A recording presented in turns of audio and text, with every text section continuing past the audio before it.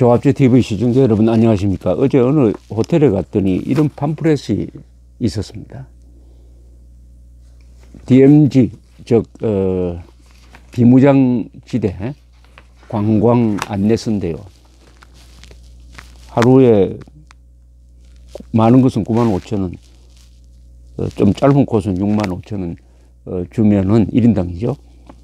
임진각공원, 도라산 전망대, 제3땅굴, 그리고 판문점의 공동경비구역 JSA를 보여준다는 광고입니다.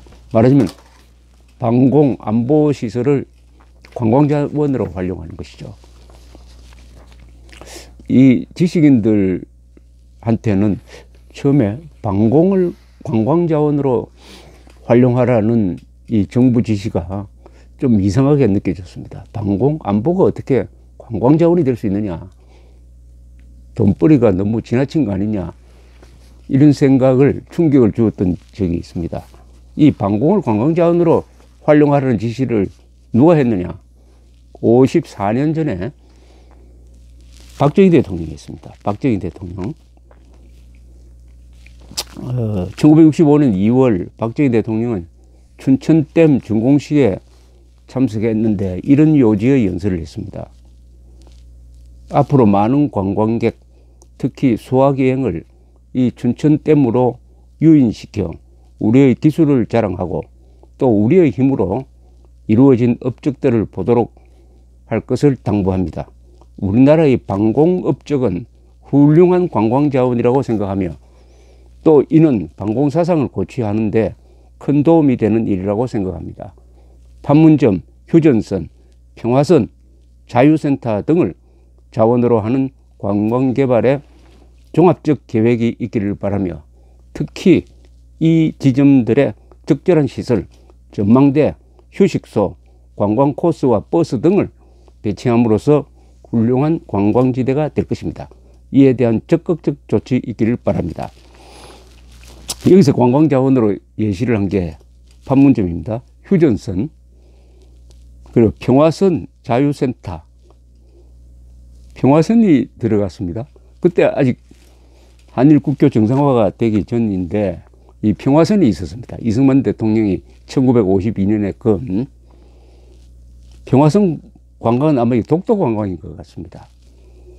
어제 본 이 DMZ 관광 안내서는 이때 박정희 대통령이 지시한 것하고 거의 겹치는 게 많습니다. 임진각 제3땅굴 판문점의 공동경비구역 도라산 전망대. 그 1년 전에도 박정희 대통령은 부산에 있는 유엔묘지를 방문한 다음에 다음과 같은 지시를 합니다. 유엔묘지는 우리나라의 하나의 성지이며 또 부수적으로는 관광자원인 것입니다. 따라서 유엔묘지 주변의 도시계획에 있어서는 상당한 국가적 배려가 있어야 할 것입니다.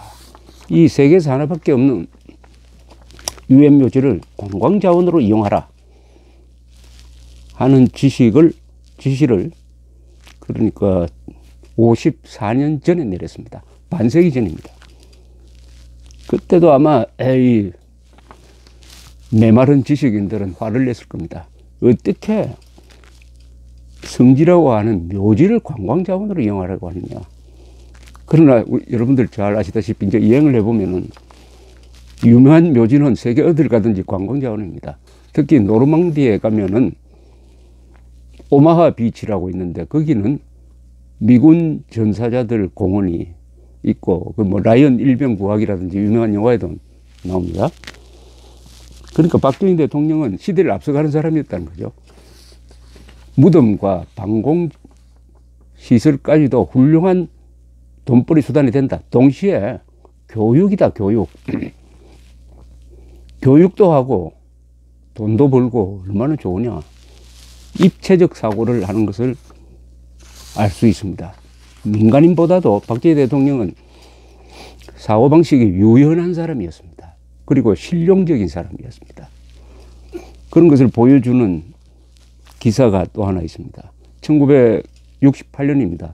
그러니까 꼭 50년 전입니다. 5월 22일 박정희 대통령은 강원도 삼척군 북평읍에 있는 당시 지명입니다. 상용시멘트 동해 공장을 시찰합니다. 그는 보고회에서 직접 매직펜을 들고 북평읍의 도시계획은 이렇게 하는 것이 좋겠다, 이렇게 권고를 합니다. 당시 수행 취재를 한 기자가 유명한 사람입니다.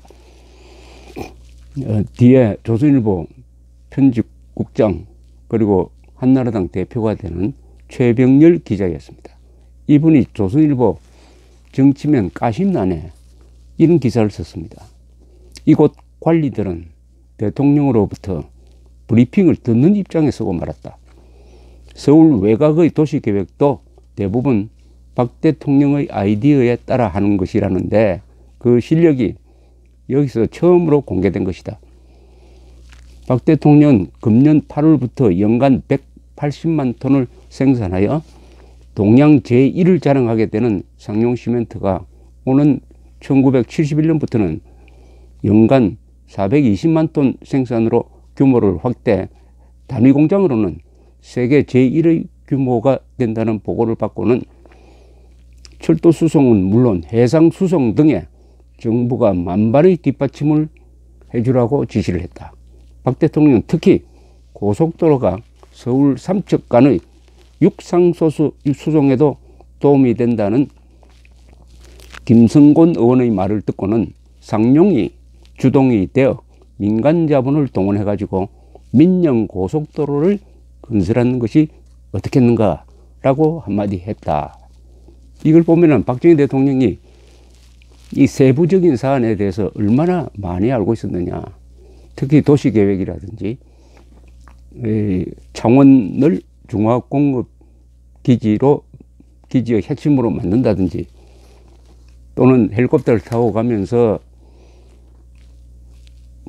고속도로의 그 경로를 생각한다든지 하는 식으로 항상 현장을 뛰면서 실무적이고 실용적인 지식을 가지고 구체적 지시를 하면서 항상 민간인들보다도 오히려 공무원들보다도 한 발 앞서갔다는 것을 잘 보여주고 있습니다. 이때 이미 민영 고속도로를 생각하라, 민영 고속도로를 생각하라라고 아이디어를 주고 있습니다. 군인 출신은 무시가다 하는 게 한국의 가장 잘못된 이 문민 우위의 전통이 너무나 오래된 조선조가 이 선비들, 과거시험 합격자가 다스리던 나라입니다. 그 전통을 이어받은 사람들이 지금 현재 한국의 권력을 잡고 있죠. 기자, 검사, 판사, 강성노조, 국회의원, 이 사람들이 다 어떻게 보면은 조선조의 과거시험 합격자가 또는 명분론적, 주자학적, 관념적 지식인들의 전통을 이어받는 사람들입니다. 이 사람들은 이론을 좋아합니다. 도덕을 참 좋아합니다. 그러나 실무적으로 뭘 만들어내는 것은 능력이 한참 떨어집니다.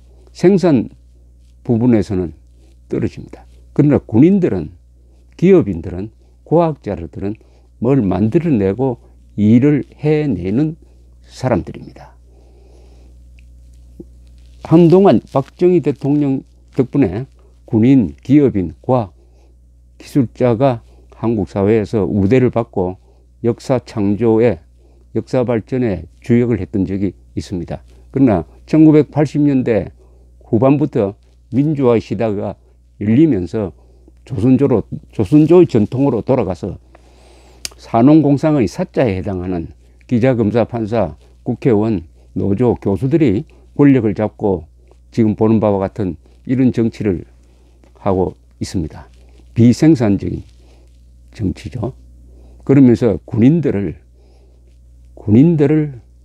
창피 보이고 군인들을 욕하고 군인들을 괴롭히는 일을 집중적으로 하고 있습니다. 집중적으로.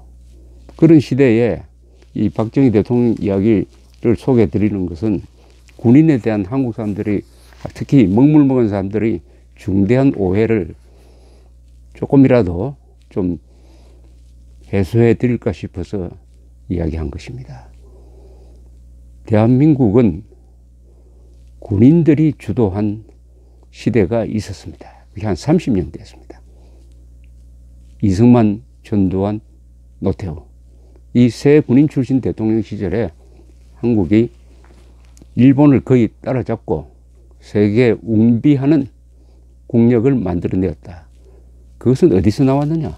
바로 군인이란 직업이 가지고 있는 과학성, 합리성, 그리고 조직력, 그리고 목표에 대한 분명한 전략과 접근 방식에 대한 여러 가지 훈련, 교육. 그래서 사물을 입체적으로 본다. 그리고 민주적입니다. 군인들은 항상 참모들이 회의를 해가지고 결론을 내려가지고 지휘관한테 보고를 합니다. 지휘관은 참모들을 절대 무시하지 않습니다. 그것이 지금 한국에서 이루어지고 있는, 정치판에서 이루어지고 있는 토의 과정보다도 훨씬 민주적입니다. 방공까지도, 심지어 무덤까지도 관광자원으로 이용하라. 관광자원에만 그쳐서는 안 된다. 그게 교육적 효과도 갖도록 하라고 하는 50년 전의 군인 출신 박정희 대통령의 지시. 그때 어느 민간인도 그런 생각을 하지 못할 때였습니다. 우리가 군인을 욕보이는 시대를 열어서는 절대로 안 됩니다. 감사합니다.